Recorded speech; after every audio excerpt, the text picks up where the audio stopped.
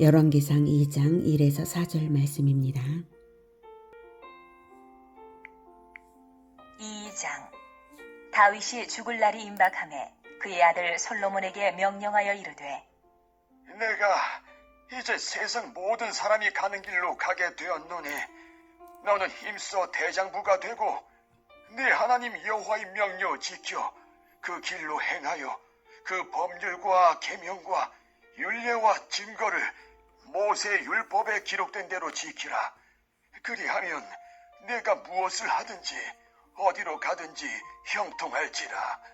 여호와께서 내 일에 대하여 말씀하시기를, 만일 네 자손들이 그들의 길을 삼가 마음을 다하고 성품을 다하여 진실이 내 앞에서 행하면 이스라엘 왕위에 오를 사람이 네게서 끊어지지 아니하리라 하신 말씀을 확실히 이루게 하시리라. 사랑하는 형제 여러분, 9월 23일 금요일 새벽 목상에 오신 것을 환영합니다. 1장에서는 다윗의 기력이 쇠약해진 틈을 타서 아도니아가 왕위 찬탈을 시도한 사건으로 인해서 오히려 솔로몬이 신속하게 왕위에 즉위하게 된 것을 보았습니다. 2장에서는 다윗의 유언과 솔로몬의 왕권 행사를 보도합니다. 다윗의 유언은 먼저 4절까지 솔로몬이 하나님께 대하여 행할 일을 솔로몬에게 말을 했고요. 다음 5절부터는 사람에 대하여 행할 일을 이제 말하겠는데 5절부터는 내일 보도록 하겠습니다. 하나님께 대하여는 다윗 자신이 받은 언약에 근거하여서 하나님의 대리자로서 솔로몬에게 명한 것입니다. 첫째는 힘써 대장부가 되라. 힘써 대장부가 되라. 그 다음 둘째, 여호와의 명령을 지켜 행하라. 셋째, 여호와의 언약 전수입니다. 마음과 성품을 다해 진실이 여호와 앞에 행하라 라는 명령이 들어있죠. 언약 전수인데, 자, 힘써 대장부가 되라는 것은 후계자를 계승할 때에 선왕의 강인함에 비해서 후왕은 어리고 연약함으로 그렇게 격려한 것입니다. 솔로몬은 20대가 채 되지 못한 청소년이었고요. 다윗이 산전수전 다 겪은 노련한 왕인 것에 비하면 유약하기 이를 데 없었을 거예요. 솔로몬은 다윗의 눈에. 그래서 대장부의 마음을 가져서 담대하게 행해야 합니다. 이런 격려는 모세의 후계자 여호수아에게도 주어졌던 바와 똑같습니다. 이렇게 솔로몬에게 주어진 것과 여호수아에게 주어진 것이 아주 유사한데요. 네. 먼저 격려의 말이 솔로몬에게는 힘써 대장부가 되라. 여호수아에게는 마음을 강하고 담대히 하라. 이건 하나님께서 직접 하신 말씀이에요. 여호수아에게는 솔로몬에게는 다윗이 하나님의 대리자로서 이 말들을 하는 것입니다. 그래서 동일해요. 예. 당부의 말을 두 번째 당부의 말로서 율법을 지키라 그리하면 형통할지라. 여호수아에게는 율법을 지켜 행하라 그리하면 형통하리라. 똑같죠? 그리고 그 다음엔 약속을 말씀하셨어요. 예, 왕위의 영구 보존을 약속하셨고 여호수아에게는 가나안 땅 획득을 약속하셨습니다. 가나안 땅 획득도 역시 나라니까요. 나라를 주겠다. 이거 나라가 영구적으로 보존되겠다 같은 말이죠. 중요한 것은 이 격려의 말과 이 당부의 말 이것입니다. 네. 여호수아에게 주신 하나님의 말씀 보겠습니다. 여호수아 1장 5절에서 9절. 내 평생에 너를 능히 대적할 자가 없으리니 내가 모세와 함께 있었던 것 같이 너와 함께 있을 것임이니라. 내가 너를 떠나지 아니하며 버리지 아니하리니 강하고 담대하라. 너는 내가 그들의 조상에게 맹세하여 그들에게 주리라 한 땅을 이 백성에게 차지하게 하리라. 오직 강하고 극히 담대하여 나의 종 모세가 내게 명령한 그 율법을 다 지켜 행하고 우로나 좌로나 치우치지 말라. 그리하면 어디로 가든지 형통하리니 이 율법책을 내 입에서 떠나지 말게 하며 주야로 그것을 묵상하여 그 안에 기록된 대로 다 지켜 행하라. 그리하면 내 길이 평탄하게 될 것이며 내가 형통하리라. 내가 내게 명령한 것이 아니냐. 강하고 담대하라. 두려워하지 말며 놀라지 말라. 내가 어디로 가든지 내 하나님 여호와가 너와 함께 하느니라 하시니라. 네, 후왕이 받는 선왕의 유언이니까 우리 예수 제자들에게도 동일하게 주시는 것이 분명하고요. 매우 중요한 것이니까 깊이 묵상하고 새겨야 할 말씀입니다. 힘써 대장부가 되라거나 오직 강하고 극히 담대하라.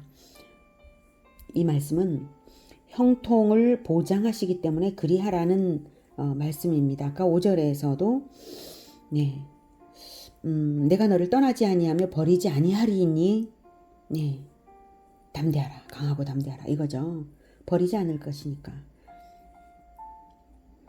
우리에게도 동일하게 형통 보장하셨죠. 하늘과 땅의 모든 권세를 가지신 주님께서 함께 하시는 것이 그것입니다. 세상 끝날까지 함께 하겠다. 예수님께서 말씀하셨습니다. 예수님이 계명 지키면서 예수님의 사명 수행해 나가면 하나님께서는 끝까지 모든 민족 복음화와 제자화해 나가는 예수 제자들에게 세상 끝날까지 하늘과 땅의 모든 권세로서 보장하시는 것입니다. 물론 전제 조건이 있습니다. 예, 3절에서 내 하나님 여호와의 명령을 지켜 그 길로 행하여 그 법률과 계명과 율례와 증거를 모세의 율법에 기록된 대로 지키라. 그리하면 네가 무엇을 하든지 어디로 가든지 형통할지라 라고 다윗이 말했습니다. 이것입니다. 이것만 잘 지켜내면 형통하고 하늘과 땅의 모든 권세로서 보호받고 보장받는 것입니다. 그러면 명령은 무엇이고 법률과 계명과 율례와 증거는 무엇이냐 하면 원문의 뜻으로는 여호와의 명령을 지켜라는 말은 여호와의 직무를 지키라는 것입니다. 예수 제자로서의 일 그 자체를 포기하지 말라는 것입니다. 그것이 기초가 되고요. 그 길로 행하여는 세세한 그 뒤에 나오는 법률, 계명, 율례, 증거 이런 세세한 이런 것들이 통일되고 조화롭게 가리키는 바에 합당한 법도대로 행하라는 것입니다. 그 길로 행하여 예수 제자의 직무를 지키면서 예수 제자의 길을 행하라 이겁니다. 예수 제자의 법도대로 행하라 이것입니다. 즉 문자적인 것을 넘어서서 바탕에 흐르는 법도와 정신 그것이 이끌어가는 그 길로 행하라는 것입니다. 말들의 뜻대로 언약을 맺으신 하나님이시므로 하나님의 마음과 뜻을 통찰해서 행하라는 뜻이죠. 이것을 법도라고 합니다. 하나님께서 명한 직무를 버리지 말고 그 법도대로 행하는 것이 바탕이 되고요.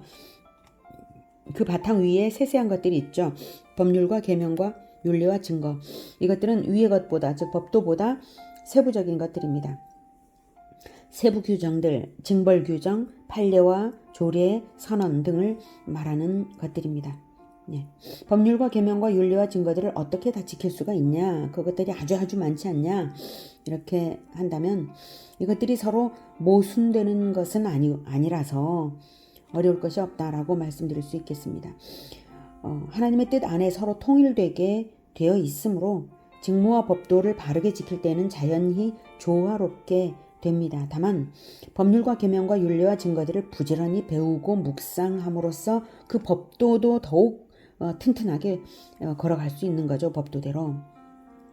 법률과 계명과 율례와 증거들을 부지런히 배우면서 그 안에 들어있는 하나님의 마음과 뜻을 읽어내어야 법도를 안 어길 수가 있는 거예요. 부지런히 읽어내어서 그것이 하나로 통일된 것을 깨달아가면서 다시 확인해가면서 그러면서 내가 법도대로 이렇게 가려는 마음으로 쭉 배우니까 일단 확인이 되는 거죠. 재확인이. 그러면서 알 수가 있게 되면 어려울 것이 없습니다. 그래서 예수님은 3년 공생애로 인생 실천을 세세히 다 보여주시고 나서 마지막으로 딱 한 가지 계명과 딱 한 가지 사명만을 남기셨거든요. 그 안에 다 들어있는 것입니다. 예수님의 계명과 사명이 짧은 몇 줄에 지나지 않지만 그것을 올바르게 살아내는 것은 성경 전체를 깊이 읽고 성령의 동행으로 실천해야 합니다. 그런 것처럼 왕의 법도도 역시 그렇습니다. 쉽다 어렵다 보다는 꾸준히 그 길을 하나님의 마음과 뜻을 공감하고 이해하며 성령과 함께 동행하는 그것이 중요한 것입니다. 많다 적다 보다는 태도가 중요한 것입니다. 그 태도를 가지면 그것이 많은 것도 아니고 어려운 것도 아닙니다. 그래서 예수 제자가 버리지 말아야 할 핵심 자세에는 성령의 인도를 받는 것과 게으르지 말아야 하는 것입니다. 예수님은 아무든지 누구든지 예수 제자로 부르셨지만 자기를 부인하고 십자가를 지고 따라오라고 하실 때에 기본으로 게으름을 완전히 버려야 할 것은 말할 나위가 없습니다. 그 자기 부인 중에 게으름이 안 버려지면 자기 부인이 된 것입니까? 안 된 것이죠. 자기 부인이라는 게 고집도 버리고 이기심도 버리고 탐심도 버리고 자존심도 버리지만 게으름도 반드시 버려야 되는 것입니다. 먼저는 잘 배워야 하고요. 배우지 않으면 가르칠 수 없잖아요. 배워야 자기가 교만한 줄도 알고요. 배워야 자기가 이기심이 있는 줄도 알게 되고 배워야 자기가 탐심이 있는 줄도 알게 되고 배워야 되는 것입니다. 그러니 게으름이 사실은 가장 기본적인 것이라 말할 수 있어요. 게으름을 버려야 하는 것이. 먼저는 잘 배워야 하고 잘 가르치는 것이 예수 제자의 직무 아닙니까? 먼저 직무를 지켜라. 끝까지 직무를 지켜라. 왕의 법도도 역시 그렇습니다. 가장 높은 지위에 있는 사람이 가장 부지런해야 하는 것입니다. 하나님의 뜻을 아는 일에 부지런하고 백성에게 가르치는 일에 부지런해야 하나님과 백성을 연합시킬 수 있는 것이지, 연합시키는 일에 실패하면 다 산산이 부서지는 것 아닌가요? 부지런히 하나님과 백성을 연합시키는 일, 이것이 바로 왕이 할 일입니다. 하나님께 안 배우고도 백성들을 하나님께 연합시킬 수가 있습니까? 하나님께 안 배우면 백성들을 연합시키려고 아무리 가르쳐봐도요, 아무리 가르치고 다스려도요, 그건 자기한테 연합시키는 거예요.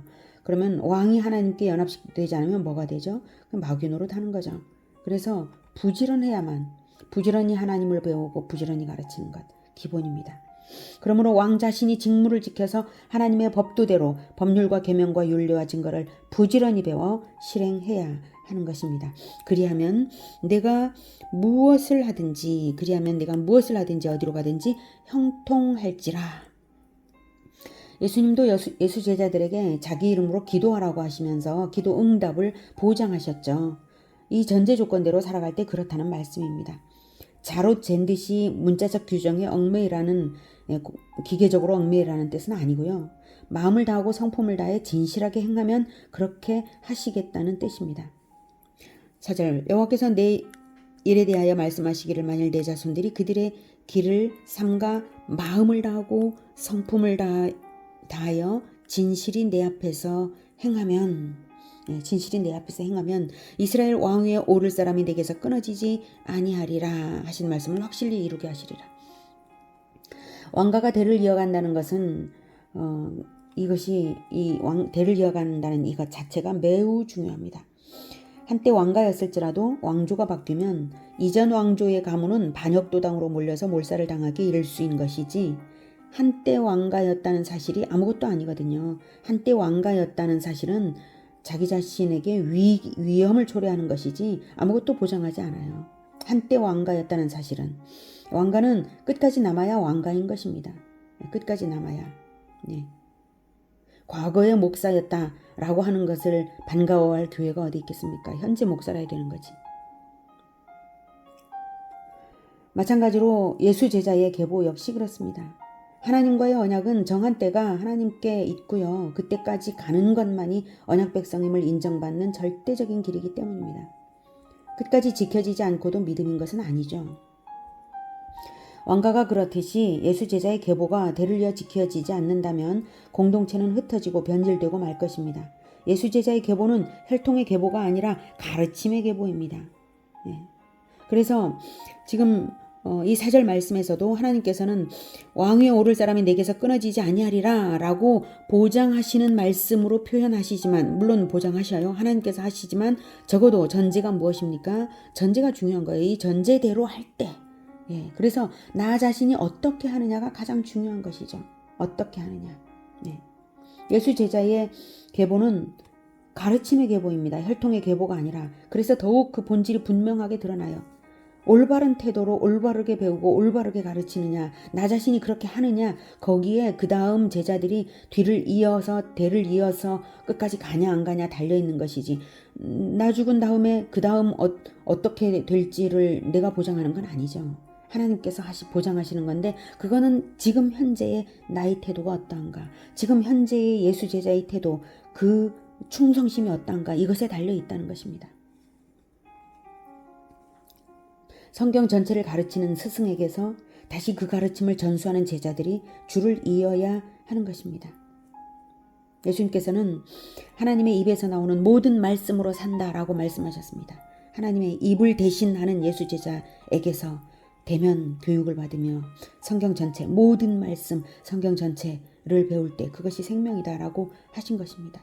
그러니 예수 제자가 하나님의 입술이 되어가지고 성경 전체를 모든 말씀을 당연히 가르쳐야 되는 것이죠. 네. 그렇게 할 때 하나님께서 그 사람의 뒤에 대를 이어가는 것이지 이게 자기가 대를 잇고 싶어서 대가 이어지는 게 아니에요. 그런데 이 가르침의 계보가 끊어지면 제 목사의 자리에 그 다음 목사가 들어와서 그 자리를 차지한다고 해서 대가 이어지는 게 아니잖아요. 가르침의 계보가 끊어지면 기독교가 아닌 것입니다. 성경 전체의 맥락과 주제를 모르고는 스스로 변질되어 가는 줄도 모르게 변질되고 말아요. 성경의 부분 파편 같은 그 하나씩만 가르치고 그 파편이 전체 맥락과 맞는지 전체 주제와 맞는지도 검증되지 않는 채로 그렇게 하면서 겉모습만 기독교라고 말하면 스스로 변질되어 가는 줄 모르죠. 이스라엘의 왕가가 결국 끊어져서 다시 세워지지 않을 때에 예수님께서 등장하셨습니다. 바로 왕가의 가르침이 끊어졌기 때문에 그 자리에 끊어진 자리에 예수님께서 등장하신 것입니다. 또한 이스라엘의 대제사장 가문의 진리가 끊어졌기에 그리스도를 십자가에 못 박아 죽이게 된 것입니다. 대제사장들은 존재했지만 진리의 계보는 끊어져 있었어요. 그들은 끊어졌을지라도 예수님은 남은 자들을 끌어모아서 남은 백성들 가운데 남은 자들을 끌어모아서 새 이스라엘을 시작하신 것이 바로 예수 제자의 계보입니다. 그것이 기독교입니다. 이 세상 마지막 때에도 그럴 것입니다. 세상은 점점 더 타락할 것이며 소위 교회들도 점차 변질될 것입니다. 그 중에 남은 자들만이 진리의 계보를 이어가다가 예수님께서 다시 오실 때에 남은 자들만 구원을 받을 것입니다. 그래서 예수님께서 재림하실 때 모든 과거에 잠자는 자들과 함께 다 부활하여서 일어났을 때 그때 아무도 셀 수 없는 수의 백성은 그 과거로부터 현재까지 예수 재림 때까지의 모든 백성들이 아무도 셀 수 없는 수의 백성이 될 것입니다. 세상은 변질되어 가고 세상은 타락하고 교회들은 변질될지라도 하나님은 오랜 역사를 통해서 정말 아무도 셀 수 없는 수의 백성, 하나님께서 정하신 그 백성의 수를 채워가고 계십니다. 남은 자들만요. 히브리서 3장 6절에 그리스도는 하나님의 집을 맡은 아들로서, 즉 하나님의 왕가를 맡은 아들로서 왕으로서 그와 같이 하셨으니 우리가 소망의 확신과 자랑을 끝까지 굳게 잡고 있으면 우리는 그의 집이라. 우리가 바로 그 왕가입니다. 끝까지 굳게 잡고 있으면 그리스도의 왕가입니다. 히브리서 6장 11, 12절에서는 우리가 간절히 원하는 것은 너희 각 사람이 동일한 부지런함을 나타내어서 동일한 부지런함이 히브리서 저자들과 동일한 부지런함을 나타내어서 끝까지 소망의 풍성함에 이르러 끝까지 게으르지 아니하고 믿음과 오래 참음으로 말미암아 약속들을 기업으로 받는 자들을 본받는 자 되게 하려는 것이니라. 약속들을 기업으로 받기까지, 즉 새하늘과 새 땅을 받는 재림 때까지 게으르지 말고 부지런함으로 끝까지 가라는 것입니다. 히브리서 3장 14절은 우리가 시작할 때에 확신한 것을 끝까지 견고히 잡고 있으면 그리스도와 함께 참여한 자가 되리라 라고 말하고 있습니다. 예, 끝까지. 요한계시록 2장 25에서 27절은 다만 너희에게 있는 것을 내가 올 때까지 굳게 잡으라. 이기는 자와 끝까지 내 일을 지키는 그에게, 끝까지 내 직무를 지키는 그에게, 예수 제자의 직무를 지키는 그에게 만국을 다스리는 권세를 주리니, 왕권이죠. 그가, 즉 예수 제자가 끝까지 그 직무를 지키는 그가 철장을 가지고 그들을 다스려 질그릇 깨뜨리는 것과 같이 하리라. 나도 내 아버지께 받은 것이 그러하니라. 철장을 가지고 그들을 다스려 질그릇 깨뜨리는 것. 왕권이죠. 심판권. 네. 그것을 행할 것이다. 나도 내 아버지께 받은 것이 바로 그 왕권, 심판권이다. 라고 말씀하시는 것입니다. 이기는 자와 끝까지 내 일을 지키는 그에게, 즉 예수 제자의 직무를 지켜서 그리스도의 법도대로 지켜 행하는 자에게 왕권을 주신다고 하십니다. 예수 제자로 결단을 했다면 부지런히 끝까지 가야 합니다. 사실 이것은 어려운 일이 아닙니다. 우리에게 없는 능력을 발휘하라는 것이 아니니까요. 받은 능력이 적으면 적은 대로 포기하지 않고 가기만 하면 되는 일입니다. 포기하느냐 포기하지 않느냐 거기 달려 있습니다. 잘하느냐 못하느냐도 아닙니다. 포기하느냐 포기하지 않느냐. 매일매일의 직무 수행을 그리스도의 법도대로 포기하지 않고 행하며 나아가는 우리 모두가 되기를 기원합니다. 기도하겠습니다. 하나님, 우리 마음은 너무나 연약합니다. 우리가 강하고 담대할 수 있도록 도와주시옵소서. 세상 끝날까지 하늘과 땅의 모든 권세로서 우리를 보장하신다는 주님의 말씀을 잊지 않을 수 있도록 우리 마음에 늘 기억시켜 주시옵소서. 우리가 강하고 담대하게 행하겠습니다. 다만 우리의 마음이 늘 하나님 앞에서 진실할 수 있도록 하나님의 마음과 뜻을 잘 알아들여서 마음과 성품을 다하여서 섬겨드릴 수 있도록 붙들어 주시옵소서. 우리가 부지런히 배우겠습니다. 부지런히 가르치겠습니다. 그 과정에서 하나님의 법도 그 모든 윤리들을 세세한 행동 지침들을 다 잘 배우고 우리의 삶에 정착될 수 있도록 주님 도와주시고 우리의 계보를 가르침의 계보가 결코 끊어지지 않고 예수님 다시 오시는 날까지 계속해서 예수 제자가 되려 갈 수 있도록 주님 도와주시옵소서. 이것은 우리가 결코 할 수 없는 일입니다. 오직 주님께서 예수 제자들을 붙이시고 또 붙이시고 끝까지 이어나가게 꼭 도와주시옵소서. 예수님의 이름으로 기도드립니다. 아멘. 이어지는 시간은 개인 기도 시간입니다.